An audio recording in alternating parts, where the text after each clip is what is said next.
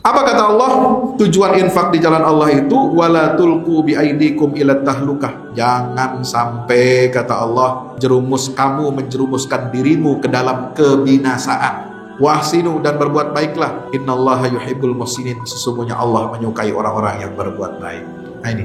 Jadi orang berinfak di jalan Allah itu disebut oleh Allah dengan karakter ihsan, berbuat ihsan. Ihsan itu kan definisi agama dalam sunnah Rasulullah itu kan luar biasa. Anta'budallaha ka'annaka tarahu fa illam takun tarahu fa innahu ya. Itu puncak penghambaan seseorang kepada Allah ketika dia diiringi dengan sifat ihsan. Seolah-olah dia melihat Allah langsung. Kalaupun nggak bisa melihat karena terbatas indera kita, nggak mungkin Allah diindra oleh manusia, maka kita menyadari bahwa Allah melihat kita dan Allah akan membayar, akan menggaji, akan mengembalikan harta orang-orang yang berinfak itu karena dia telah berbuat baik kepada agama Allah. Itu janji Allah Subhanahu wa taala.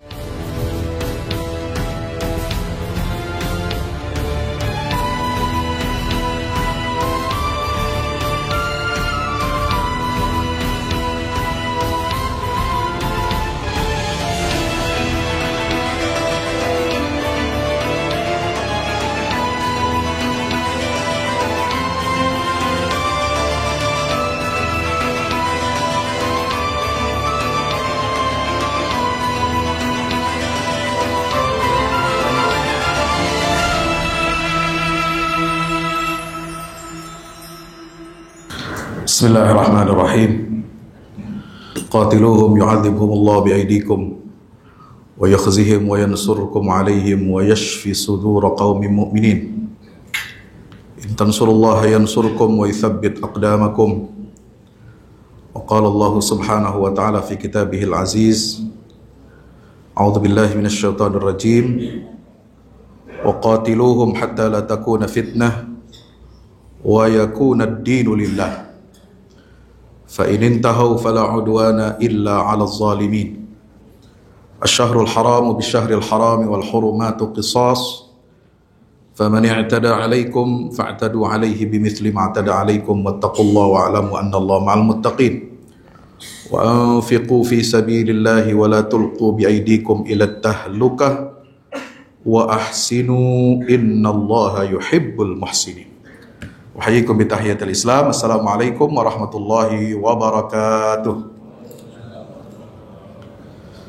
Mari kita bersyukur kehadirat Allah Subhanahu wa taala seraya mengucapkan alhamdulillah.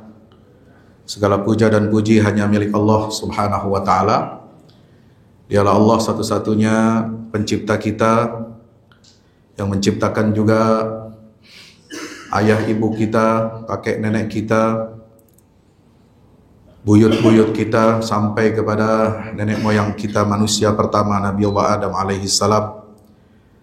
Dialah yang memperjalankan siang hari dan malam hari, matahari, bulan, dan bintang-bintang semua, benda-benda angkasa yang ada di udara, yang ada di darat dan di laut, semuanya tunduk kepada kekuasaan dan ketetapan Allah Subhanahu wa taala, dan semua itu Allah ciptakan untuk melayani kepentingan manusia, agar manusia dapat menjalankan fungsi dan tugas-tugasnya sebagai hamba dan khalifah di atas muka bumi ini.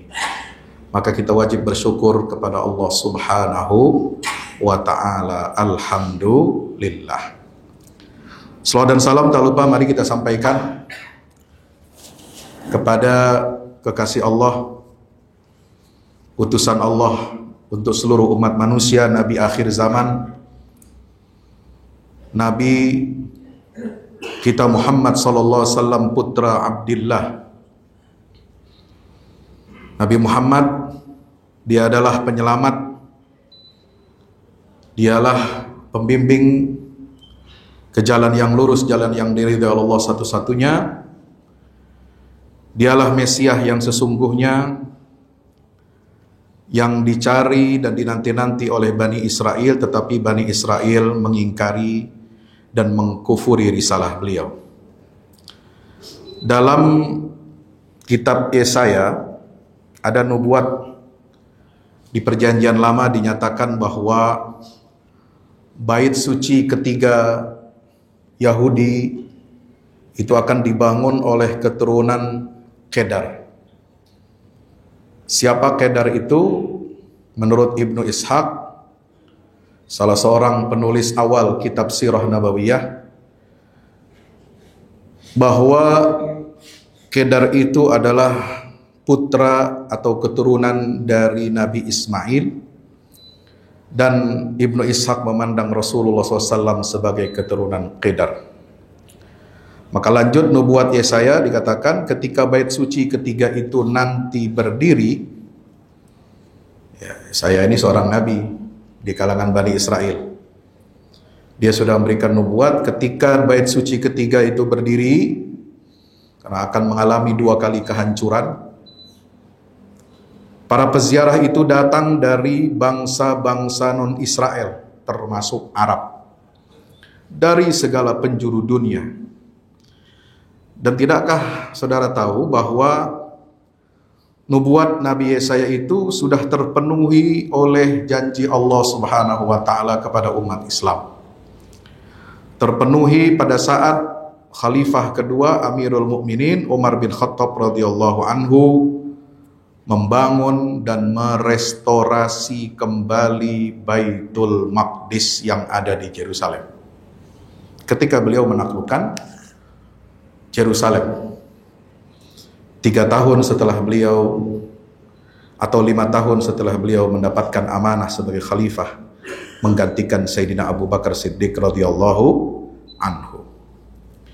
Maka saudaraku yang dirahmati Allah Subhanahu wa taala, kalau kita baca dalam sejarah Yahudi atau sejarah agama Yahudi yang sering disebut sebagai Yudaism, mereka ini, Bani Israel ini, atau agama Yahudi ini, atau pengikut agama Yahudi itu telah melewatkan, ya, sayangnya mereka tidak memanfaatkan kesempatan itu, melewatkan 3 timeline yang telah ditetapkan oleh Allah Subhanahu wa taala untuk keselamatan Bani Israel.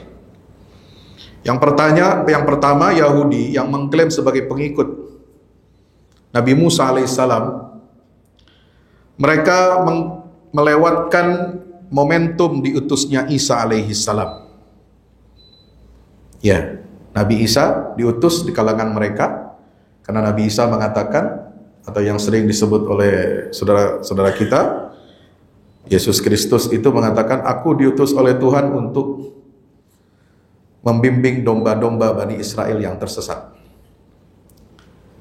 Tetapi diutusnya Nabi Isa ini pun diingkari oleh Bani Israel itu sendiri. Yang kedua, momentum yang mereka lewatkan adalah ketika Rasulullah Muhammad sallallahu alaihi wasallam, yaitu putra Abdullah dari suku Quraisy, keturunan Nabi Ismail dari kalangan Bani Hashim, ketika diutus oleh Allah taala dan Nabi hijrah dari Makkah ke Madinah untuk mengambil baiat sumpah setia Bani Israel agar mereka selamat, mereka pun tidak mau beriman kepada risalah nubuahnya Nabi kita Muhammad SAW, sehingga mereka melewatkan momentum Mesias yang kedua. Yang pertama Nabi Isa mereka tolak, dan yang kedua Muhammad putra Abdullah juga mereka tolak. Timeline ketiga yang dilewatkan oleh kaum Yahudi atau pengikut agama Yahudi adalah ketika didirikannya kembali bait ketiga. Bait ketiga ini yang sering diklaim oleh bangsa Yahudi dengan sebutan istilah Kuil Sulaiman atau Solomon Temple. Bait yang ketiga yang dinubuatkan oleh Nabi Yesaya itu akan berdiri dan akan dibangun oleh keturunan Kedar, ya, oleh umat Islam, umat pengikutnya Nabi Muhammad SAW, dan itu diwujudkan oleh Allah dengan keberhasilan Umar bin Khattab menaklukkan Yerusalem.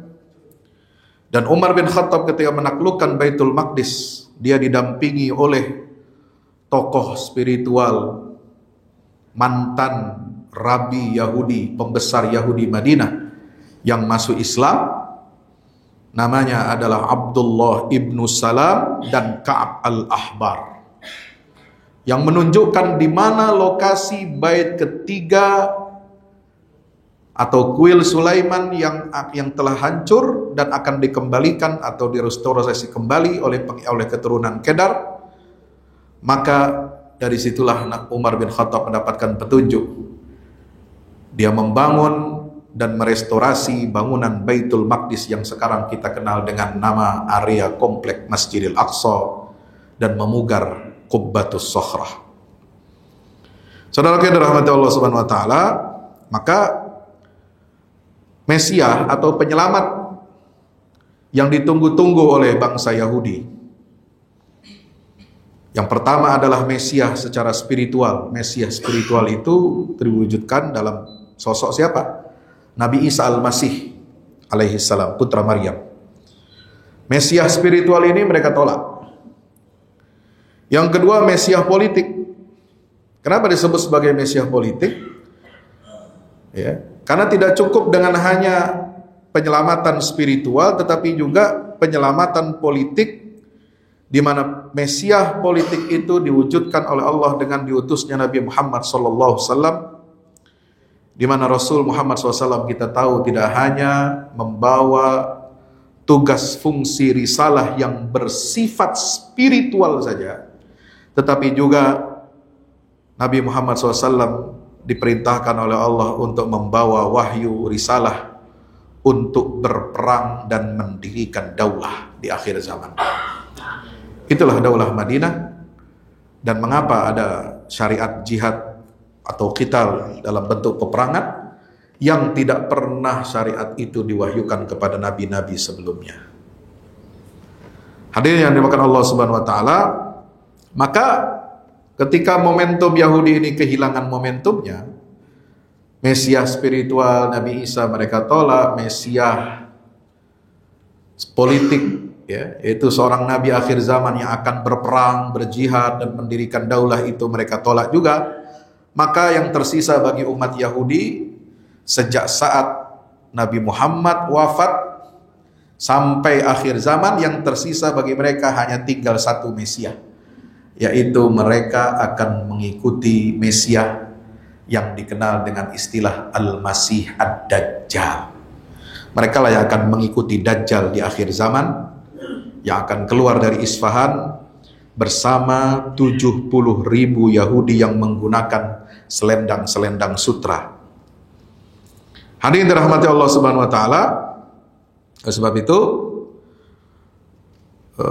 karena umat Yahudi ini melewatkan momentum-momentum penting, karena mereka tidak meyakini dan tidak beriman kepada risalah yang dibawa oleh Nabi Muhammad SAW, dan mereka tidak percaya bahkan dengan nubuat seorang nabi yang diutus dari kalangan Bani Israel sebelum diutusnya Nabi Muhammad SAW, yaitu Nabi Yesaya.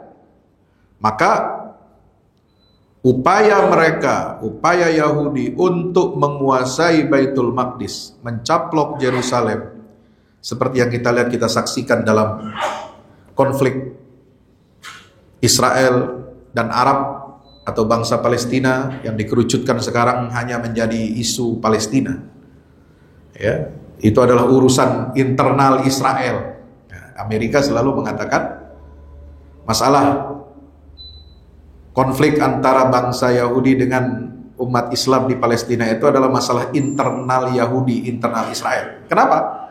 Karena memang dalam landscape geopolitik dan landscape politik regional yang diciptakan oleh gerakan Yahudi internasional, yaitu gerakan Zionisme yang ditopang, yang disponsori oleh gerakan evangelisme Kristen di Amerika Serikat, di mana Amerika Serikat itu adalah negara pertama yang didirikan oleh para tokoh Freemasonry, tokoh Mason bebas yang percaya dan meyakini betul tentang nubuat Zionisme yang ada di dalam kitab Talmud. Dan itu berkelindan antara umat Yahudi dengan Kristen evangelis di Amerika. Mereka inilah yang mensponsori berdirinya negara Israel. Pada tahap awal penaklukan Yerusalem, Palestina tahun 48, belum masuk wilayah Masjidil Aqsa itu. ya, ke dalam wilayah Israel. Perang terjadi tahun 48, 1956, ya, baru kemudian tahun 1967 perang ketiga antara Israel dengan negara-negara Arab, ya, barulah Israel itu berhasil mencaplok wilayah Yerusalem Timur, di mana di situ ada terletak area komplek Masjidil Aqsa. Masjidil Aqsa itulah area tanah seluas 14,4 hektar. Ya, jumlahnya nggak besar, Pak. Mungkin masih lebih besar lagi komplek Istana Bogor. Ya, lebih luas lagi mungkin pesantren Al Zaitun ya di Kuningan. Ini cuma 14,4 hektar, kecil. Ya, 144.000 meter persegi. Ya, baru itu yang direbut oleh Israel dari Palestina yang tadinya berada di bawah otoritas kerajaan Yordania yang diserahi amanat mandat oleh Inggris untuk mengelola Masjidil Aqsa. Nah, mereka sejak saat itu, sejak tahun 48, ya, cita-cita para pendiri negara Israel ini adalah utang. Itu cita-citanya dicantumkan. Disebutkan dalam protokol Zionis bahwa cita-cita kami mendirikan negara nasional, rumah nasional bagi orang-orang Yahudi di seluruh dunia, itu adalah untuk membangun kembali bait suci Sulaiman yang ketiga. Padahal itu mimpi di siang bolong, ya. Kenapa? Bait suci ketiga yang sudah dinubuatkan oleh Nabi Isa itu sudah terjadi di masa Khalifah Umar bin Khattab. Itulah masa peralihan, transisi penting yang tidak disadari oleh umat Yahudi, bahwa kontrak, ya, kalau mau dikatakan kontrak, ya, Allah kan pernah memberikan apa? Janji. Ya, janji apa? Ya, udkhulul ardal muqaddasata allati kataballahu lakum wa la tartaddu ala adbarikum fatanqalibu khasirin. Di zaman Nabi Musa ini janjinya. Nabi Musa masih hidup. Baru keluar dari Mesir, ya, membawa Bani Israel selamat dari kejaran Fir'aun. Fir'aun dan bala tentaranya ditenggelamkan, dibinasakan oleh Allah di dasar Laut Merah, sebagaimana sejarahnya diungkapkan dalam banyak ayat-ayat Al-Quran. Lalu sampai dibawa oleh Nabi Musa sekitar kurang lebih 300.000 orang-orang Israel dari keluar dari Mesir itu, Exodus, ya, yang disebut dalam kitab Perjanjian Lama itu kitab Keluaran. Keluaran itu artinya keluar dari Mesir. Itu namanya Exodus. Anda kalau nonton film Hollywood, ya, nonton film yang agak, ya, edukatif lah, ya, jangan yang horor atau jangan yang hanya dar-der-dor aja. Ya. Itu diantaranya film Hollywood yang terbaik itu adalah yang dibikin oleh sutradara, salah satu sutradara itu judulnya tentang Exodus. Ya. Walaupun itu berdasarkan kitab Perjanjian Lama, tapi Anda harus tahu bagaimana riwayat versi menurut mereka itu. Nah, ketika Nabi Musa mendapatkan wahyu oleh Allah untuk membawa Bani Israel kembali ke Baitul Maqdis, untuk memakmurkan rumah Allah yang sudah didirikan, dimakmurkan, dipugar oleh Nabi Ibrahim, dipugar oleh Nabi seterusnya oleh Nabi Sulaiman, pugar yang kedua. Maka disebutkan dalam hadis Nabi SAW riwayat Ibnu Majah, lamma faragha Sulaimanu min bina'i Baitul Maqdis sa'alallaha thalathan. Selesai Nabi Sulaiman membangun atau memugar Baitul Maqdis, yaitu komplek Masjidil Aqsa sekarang, ya. Yang kedua setelah Nabi Ibrahim membangunnya, dia minta 3 permohonan kepada Allah Subhanahu wa taala, sebagaimana yang telah sampaikan dalam kajian di sini beberapa kali. Ya, tidak perlu saya ulang. Itu jelas, ya, bahwa area komplek Baitul Maqdis ini hanya dijanjikan oleh Allah kepada para nabi dan rasulnya serta pengikut-pengikut Bani Israel yang setia kepada agama tauhid. Itu kontraknya dari Allah. Makanya Nabi Musa mengatakan, udkhulul ardal muqaddasata allati kataballahu lakum. Wahai Bani Israel, masuklah kamu ke dalam negeri tanah suci yang telah Allah janjikan kepadamu. Tapi janjinya bukan cek kosong. Ada syarat dan ketentuan yang berlaku. Apa berlakunya? Lihat di dalam surat Al-Anbiya, walaqad katabna fiz zaburi mim ba'di dzikri annal arda yarithuha ibadiyas salihun. Ya. Telah kami tetapkan di dalam kitab Zabur, ya, dengan lisan Daud alaihissalam. Daud ini bapaknya Sulaiman, King Solomon, King Sulaiman. Ya. Dia mengatakan, apa yang Allah katakan dalam wahyu kepada Nabi Daud atau King David, bahwasanya al-ardo, negeri, tanah yang disucikan itu, yang hanya 144.000 meter persegi itu, yarithuha, hanya berhak Allah wariskan kepada siapa? Ibadiyas salihun. Dia hanya berhak untuk dimiliki dan dikelola oleh hamba-hambaku yang soleh. Para ahli tafsir mengatakan, yang dimaksud hamba-hamba yang soleh adalah mereka yang istiqomah, yang tidak pernah menyimpang, tidak pernah keluar dari agama tauhid yang Allah wahyukan kepada seluruh Nabi Bani Israel dan kepada umat Nabi kita Muhammad sallallahu alaihi wasallam, yang setia dengan ajaran tauhid yang dibawa oleh baginda Rasulullah SAW. Maka yang berhak, ya, memakmurkan Baitul Maqdis itu adalah siapa? Ya, umat Muslim, umat yang memeluk Islam. Apakah dia bekas sisa dari umat Ahlul Kitab sebelumnya yang pernah beriman kepada Nabi Musa, atau yang pernah beriman kepada Nabi Isa alaihi salam, lalu kemudian dia memeluk Islam setelah datang Islam yang dibawa oleh Nabi Muhammad SAW, maka dia dianggap sebagai penerus ajaran Musa dan Isa yang lalu kemudian berbaiat setia kepada ajaran Nabi akhir zaman, Nabi yang terakhir yaitu Nabi Muhammad SAW.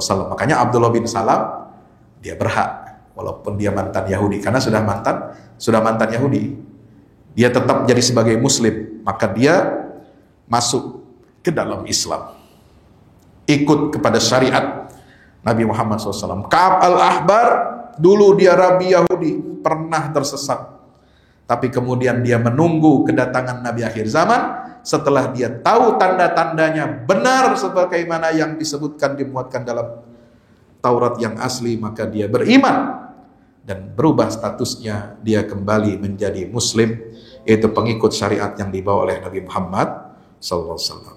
Hadirin dirahmati Allah. Maka kalau kita lihat sekarang kontestasi, ya, perebutan, ya, wilayah Palestina yang kecil itu, ya, ini kan dampak dari kepercayaan Yahudi terhadap kitab suci mereka. Mereka membantai, mereka mengusir orang paksa, mereka mengambil tanah, merampas tanah, ya. Itu semua didasari oleh apa? Ya, oleh janji kosong yang sudah nggak berlaku. Ya. Didasari oleh kontrak yang sudah habis, sudah kadaluarsa. Ya.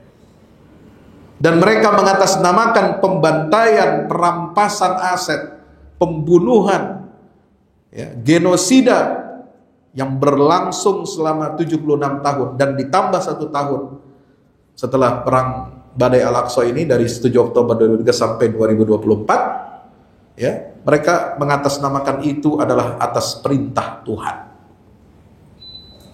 Padahal Tuhannya Nabi Ibrahim, Tuhannya Nabi Ishak, Tuhannya Nabi Yakub, Tuhannya Nabi Yusuf, dan semua Nabi-Nabi Bani Israel sampai Nabi Isa tidak pernah menyuruh pembantaian kepada manusia hanya untuk mengambil alih sebuah tempat suci, yang tempat suci itu kontraknya sudah dialihkan. Ya, Anda kalau kontrak, ya, Anda misalnya kontrak nih, belum punya rumah, ya kan? Pemilik rumah, owner itu berhak membatalkan kontrak itu dan mengalihkan kontrak baru kepada orang yang akan mengontrak baru. Itu hak Allah, prerogatif Allah. Tuan rumah kontrakan aja berhak, punya hak prerogatif dia. Ente nggak bisa ngomong karena hukum perdatanya bilang begitu. Selesai kontrak habis, ya, kalau tuan rumah nggak mau memperbaharui kontrak untuk 1 tahun ke depan, ente harus minggat. Kan begitu aturannya. Atau ketika masa berlaku kontrak itu masih berjalan, tapi Anda melakukan pelanggaran, ya, bikin ribut, bikin onar, nyolong tetangga kontrakan, ya, selingkuh sama bini orang di kontrakan gitu kan, bunuh anak orang tetangga kontrakan, apa yang terjadi? Pasti Anda akan diusir oleh si pemilik kontrakan. Kenapa? Karena Anda berbuat onar, meskipun kontraknya masih jalan, meskipun ente udah bayar setahun tuh rumah kontrakan, keluar, gak ada omong. Itulah logika rasional, ya, ketika kita membandingkan apa yang dialami oleh bangsa Yahudi selama berabad-abad itu, ketika mereka diharamkan oleh Allah untuk kembali ke Baitul Maqdis selama-lamanya karena sudah diambil alih oleh yang berhak, yang istiqomah, yang soleh, yaitu umat Rasulullah SAW. Maka ketika mereka mau berhasil mengambil alih lagi, itu bukan kehendak Allah, itu bukan keridhaan Allah. Jadi jangan salah ya, antara ridho dan kehendak itu beda. Ya, semuanya terjadi atas kehendak Allah, itu namanya takdir. Tapi apakah Allah ridho? Enggak. Bukan berarti Yahudi sejak tahun 48 masuk ke Palestina, ngusir orang Palestina, lalu mengambil alih Masjidil Aqsa tahun 67, bukan berarti tindakan Zionis itu mendapatkan restu dan ridho Allah. Enggak. Itu memang kehendak Allah, takdir. Untuk apa? Membangunkan umat lu punya tanah suci, saya amanahkan kepada kalian, kalian bengong aja, kalian cuma gelohom aja, kalian cuma pura-pura bego, pura-pura budak, kagak mau tahu. Ya, kalian merasa nggak bertanggung jawab. Padahal status Masjidil Aqsa itu sama dengan Mekah dan Madinah. Batas-batasan sucinya, kesucian dua kota suci Makkah Madinah itu ditetapkan Allah melalui lisannya Nabi Ibrahim untuk Mekah dan lisannya Nabi Muhammad untuk kota Madinah. Dan batas-batas kesucian Masjidil Aqsa atau area Baitul Maqdis itu ditetapkan oleh Nabi Ibrahim alaihissalam. Artinya apa? Statusnya sama. Ya. Kalau ada orang Islam ya marah, ya geram, pengen angkat senjata kalau ada penjajah ingin menguasai Ka'bah, menguasai Mekah Madinah, ingin membongkar makam Nabi, kira-kira Anda marah nggak? Marah. Tapi ketika Anda melihat udah berapa puluh tahun nih, 59 tahun, ya, Masjidil Aqsa dirampas oleh Yahudi yang nggak pernah punya hak untuk memiliki masjid itu. Heran bin ajaib, umat Islam cuma bengong aja, nonton doang. Itulah dapleknya kita umat Rasulullah SAW. Nauzubillah tsumma nauzubillah min zalik. Maka apa yang wajib kita lakukan, saudara bin rahmat Allah Ta'ala, ya, setelah ada ini penjelasan ini, kenapa saya berikan ini penting ya buat dicatat, penting buat semuanya ya, supaya ngerti pemahaman ini. Kenapa? Karena Yahudi Zionis itu mereka melakukan aksi-aksi ya yang melanggar hukum internasional, melanggar ya hukum hak asasi manusia, melanggar nilai agama. Itu semua berangkat atas nama kitab suci. Lah kok Anda yang punya kitab suci yang otentik dari Allah, satu-satunya yang benar dari Allah agama itu, Anda tidak membela Anda punya hak terhadap Masjidil Aqsa. Padahal kitabnya Yahudi udah dipalsukan, Tauratnya dipalsukan, Talmudnya itu semua karangan-karangan palsu. Mereka bekerja siang malam, bikin strategi, kumpulkan dana finansial, menghimpun seluruh jaringan ya pengusaha Yahudi di dunia ini untuk mendukung proyek negara Israel. Mereka bersemangat untuk mewujudkan cita-cita itu, padahal landasannya palsu. Lah kok kita umat Islam ini yang sudah diserahkan amanat itu oleh Allah. Ya, sejak malam Isra dan Mi'rajnya Nabi Muhammad SAW, sejak turunnya surat Al-Isra, Subhanalladzi asra bi'abdihi lailan minal masjidil harami ilal masjidil aqsa alladzi barakna haulahu. Lalu peta jalan untuk kembalinya umat Islam merebut Baitul Maqdis dari ayat ke-4 sampai ayat ke-7. Kok enggak sadar-sadar? Ini berarti kita berkhianat kepada Allah dan Rasul. Ya, maka itu alhamdulillah ada pejuang-pejuang di Palestina ini yang menyadari ini, memikul tanggung jawab. Mereka tidak silau, tidak tergoda oleh dunia. Sebab banyak orang-orang Islam, orang-orang Arab, saudara-saudara mereka yang sudah menggadaikan akidahnya untuk apa? Berdamai dengan Yahudi. Loh, ada yang protes, Pak Ustadz hati-hati, jangan bawa-bawa akidah ini dalam masalah politik Israel. Loh, apa salahnya saya bilang? Itu jelas menggadaikan akidah itu. Masalah transaksional ekonomi dan politik yang dilakukan oleh Zionis, itu mereka berangkat dari akidah. Lah kok kita nggak boleh mengatakan, ya, ulama tidak boleh tegas mengatakan bahwa kalau ada orang Muslim, orang Arab, apalagi dia Muslim, atau bangsa apapun dia, selama dia Muslim, pengikut umat Nabi Muhammad SAW, ya, dan mereka mau menyetujui proposal yang diajukan oleh Zionis untuk menghapus peta Palestina, untuk menerima berdamai dengan Israel dan menjadikan Israel sebagai negara normal di Timur Tengah, ya, untuk mereka menguasai penuh Masjidil Aqsa dan mereka akan membangun kuil ketiga yang sudah kadaluarsa, sudah nggak berlaku lagi, itu sudah dibangun oleh umat. Mereka paksa itu bangun lagi dengan cara meruntuhkan Masjidil Aqsa yang ada sekarang, diganti dengan ritual kemusyrikan, ritual pagan, penyembelihan sapi merah dan sebagainya. Ya, kalau itu tidak saya katakan sebagai pengkhianatan terhadap agama dan akidah, maka ya ulama yang berdosa. Ya. Nah, jadi itu bukan sekedar ya masalah urusan dunia. Ya, urusan dunia itu Pak Ustadz, Abraham Accord, tanda tangan normalisasi politik. Kita dapat support ekonomi, kita dapat alih teknologi, kita dapat keuntungan, benefit ini dan sebagainya. Omong kosong. Itu bukan janji bukan janji sekedar dunia. Ini masalah agama. Ya, masalah Masjidil Aqsa yang tadi saya terangkan itu. Kalau Anda menganggap itu hanya masalah dunia dan agama tidak usah ikut-ikut campur dalam masalah ini, kenapa Yahudi memasukkan unsur agama mereka dalam setiap transaksi dan kontrak-kontrak politik untuk normalisasi dengan negara-negara Muslim? Ya, jadi itu pelanggaran akidah. Ya, luar biasa ayat Al-Quran ini, begitu detil. Ya, hatta la takuna fitnah. Ya, nah yang dimaksud itu apa? Laisal maksud safku dima'il kufar. Ini dalam tafsir As-Sa'di. Kalau yang tadi dalam tafsir Ibnu Katsir, ya, yang saya sebutkan ibarat yang tadi itu. Nah, dalam tafsir As-Sa'di dikata apa? Bukan yang dimaksud dengan la takuna fitnah itu adalah hanya semata-mata menumpahkan darah orang-orang kafir atau mengambil harta mereka, wa akhdhu amwalihim. Walakinnal maqsudu bihi, apa yang dimaksud oleh Allah dengan ayat ini?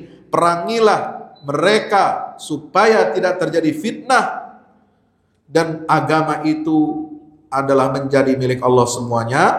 Maka Allah mengatakan bagaimana? Yang dimaksud itu adalah an yakuna dinu lillah. Tujuan perang itu disyariatkan supaya agama itu menjadi murni milik Allah, sehingga umat Islam bebas beribadah, bebas menegakkan syariatnya tanpa rasa khawatir, tanpa rasa takut, tanpa intimidasi, ya, dari orang-orang Yahudi kalau dalam konteks sekarang di Baitul Maqdis, di Yerusalem, di Palestina, ya, tanpa mereka harus apa?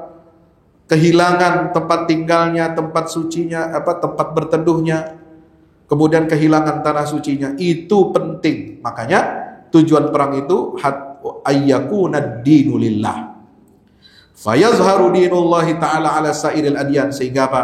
Agama Allah ini muncul, jaya, menang di atas seluruh agama, wa yadfa'u kullama yu'ariduhu minasyirki wa ghairihi, dan membatasi ataupun menghilangkan segala sesuatu yang dapat menghalangi kemuliaan agama Islam. Nah, Bapak yang dirahmati Allah, maka setelah ayat 193 ya, yang perintah qital itu, Allah perintahkan kepada umat Islam, ya, wa anfiqu, umat Islam semuanya, ya, yang sehat, yang sakit, yang tua, yang muda, yang mampu atau tidak mampu. Kalau kalian mampu angkat senjata seperti di Palestina, dia yang angkat senjata yang wajib, fardu ain. Ya, lalu fardu ain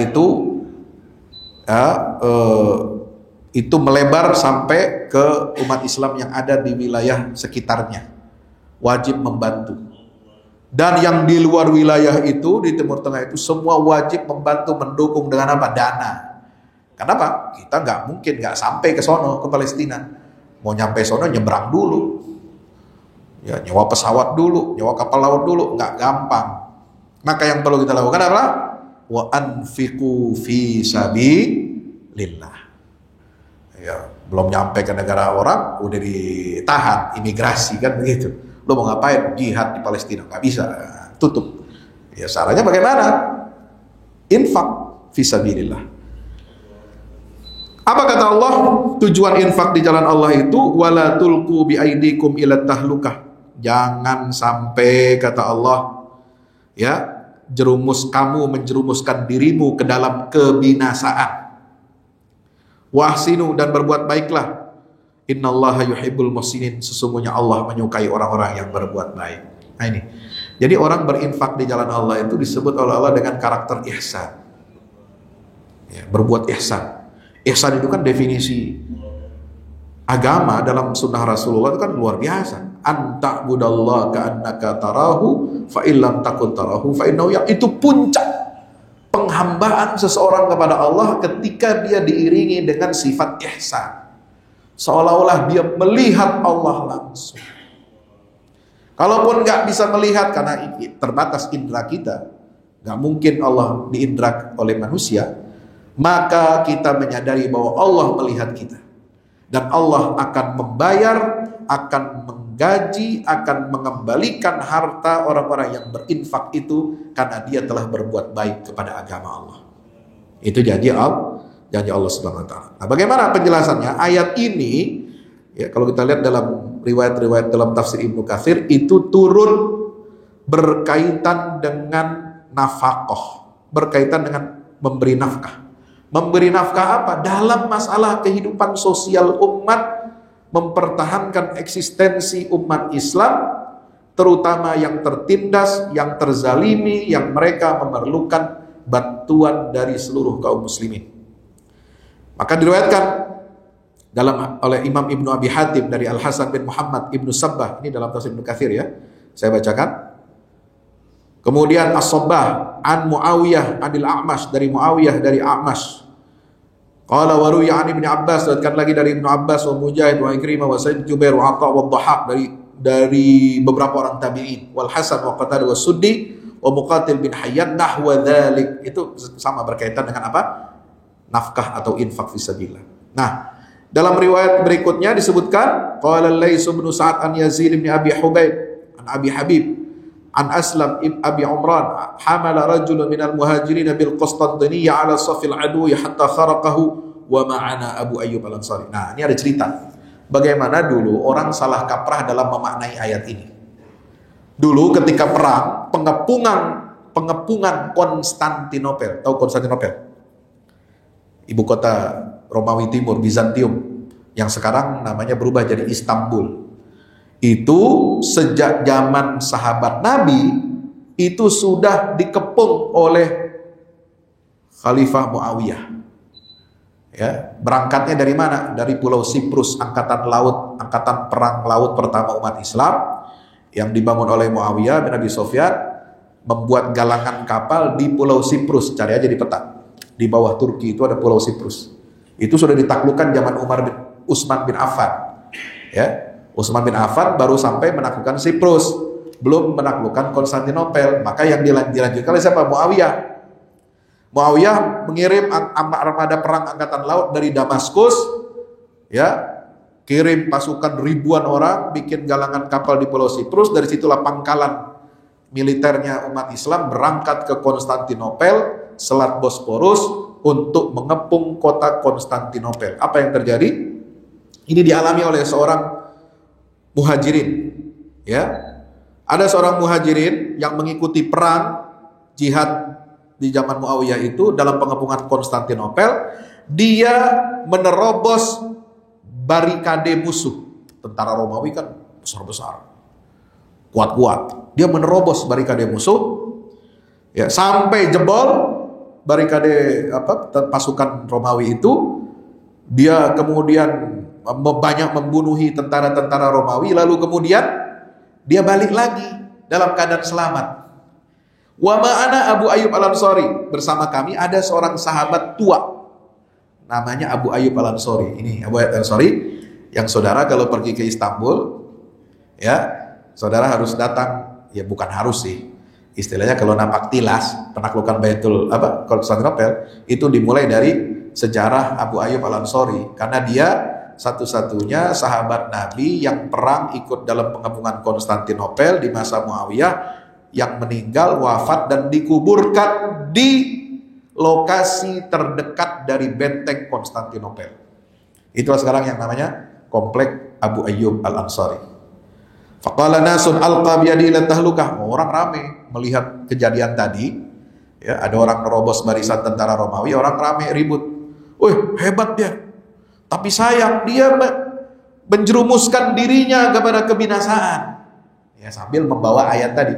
Wala tulku, itu mestinya nggak boleh tuh umat orang Islam, nggak boleh main sembarangan, ya, perang lalu masuk ke wilayah musuh, ya, menerobos. Kenapa? Karena takut dia menjerumuskan diri dalam kebinasaan. Abu Ayyub berkomentar begini. Faqala Abu Ayyub, nahnu a'lamu bihadil ayah innama nazalat fina. Kami ini lebih tahu tentang ayat yang kalian sampaikan tadi. Kalian bilang jangan terobos musuh, ya, karena berbahaya, bisa menyebabkan kebinasaan. Dipakailah ayat tadi, wala tulqu bi aidikum ila tahlukah. Apa kata Abu Ayyub? Itu bukan ayat buat jihadnya sendiri.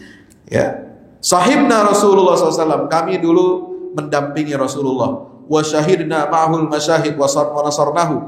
Kami dahulu menyaksikan ikut perang, semua perang Rasulullah masih hidup, kami ikut.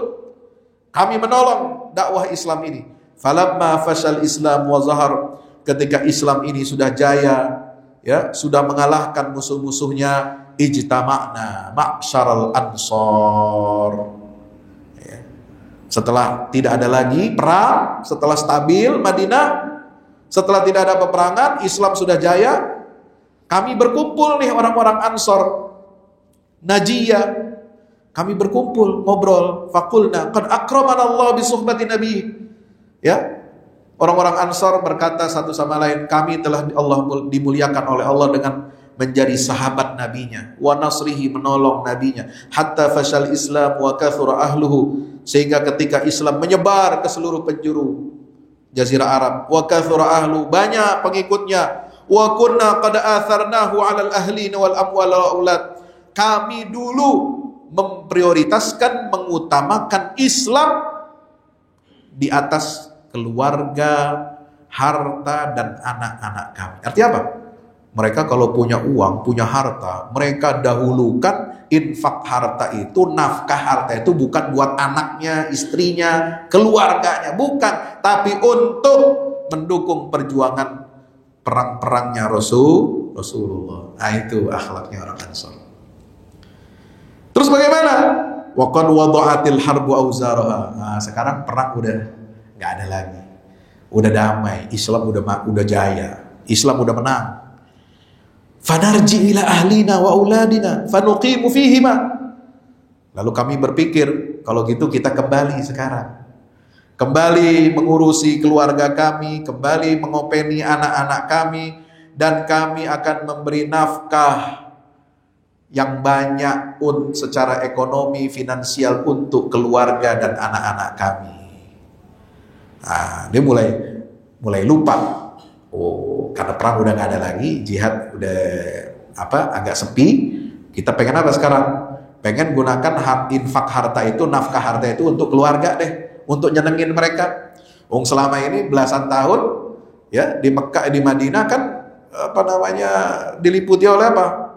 Ya, kesedihan, kekurangan ekonomi gitu. Maka sekarang saatnya kita apa? Kita beri nafkah untuk anggota keluarga kita. Fanazala fina wa anfiqu fi sabilillah wa la tulqu bi aydikum ila tahlukah. Maka Allah turunkan ayat yang menegur kami. Jadi ini ayat teguran, Pak. Bukan sekedar perintah untuk infak fi sabilillah, tapi ayat menegur orang-orang Ansor, wahai orang-orang Ansor, wahai orang-orang beriman, berinfaklah kamu, tetaplah berinfak di jalan Allah untuk jihad. Meskipun kamu punya keluarga, kamu punya anak, kamu punya istri yang harus diayomi, tapi jangan lupa sisihkan hartamu untuk perjuangan Islam. Ini perintahnya. Ini kadang-kadang sering kita nggak kita lupa sama yang beginian nih. Ini peringatan dari Allah, teguran. Dan jangan kamu jerumuskan dirimu kepada kebinasaan, wala tulku. Maksudnya apa? Menjerumuskan orang kok bisa binasa gara-gara tidak berinfak. Jadi binasanya bukan karena nyerang musuh. Nah, itu orang yang mengatakan demikian biasanya orang pengecut, penakut. Jangan serang musuh. Ya, kita kan harus berdamai, kita kan begini begono, ya kan? Nanti lu kalau nyerang musuh lu mati. Nah, itu sama aja orang munafik. Maka yang dimaksud dengan kebinasaan itu, kata Abu Ayyub Al-Ansari, berdasarkan pengalaman real yang menyaksikan turunnya ayat ini kepada Rasulullah untuk menegur orang-orang Ansor, fakanatit tahlukati fil iqamati fil ahli wal mal. Yang disebut dengan binasa itu adalah pada saat kita tenang-tenang tinggal leyeh-leyeh bersama keluarga, walmal, tenang-tenang leyeh-leyeh ngurusi kebun, ngurusi dagang, harta, watarkil jihad, dan kita meninggalkan jihad di jalan Allah. Itu pasti binasa. Orang Islam kenapa sekarang menghadapi Zionis, ya, kita keteteran, kedodoran, dan diliputi oleh rasa takut. Ya, kenapa? Karena kita meninggalkan jihad fisabilillah dan meninggalkan kewajiban infak buat para mujahidin. Ini ayatnya, itu tafsirnya begitu. Ya, maka mudah-mudahan Allah Subhanahu wa taala berikan kita hidayah, berikan kita kekuatan hati, kekuatan jiwa untuk bisa mendukung perjuangan rakyat kita, saudara kita, umat Islam yang ada di Palestina untuk mengembalikan Masjidil Aqsa, untuk melindungi tanah suci umat Islam, untuk menggenapkan nubuah Nabi kita Muhammad sallallahu alaihi wasallam di akhir zaman. Mudah-mudahan bermanfaat, dan saya ada menulis buku untuk mengenang peristiwa 1 tahun ya Badai Al-Aqsa, judulnya Tufanul Aqsa, peta jalan Quran dan Sunnah untuk kehancuran Zionis Israel. Mudah-mudahan bermanfaat. Yang mau pesan silakan. Aqulu qouli hadza astaghfirullah li wa lakum. Wassalamualaikum warahmatullahi wabarakatuh.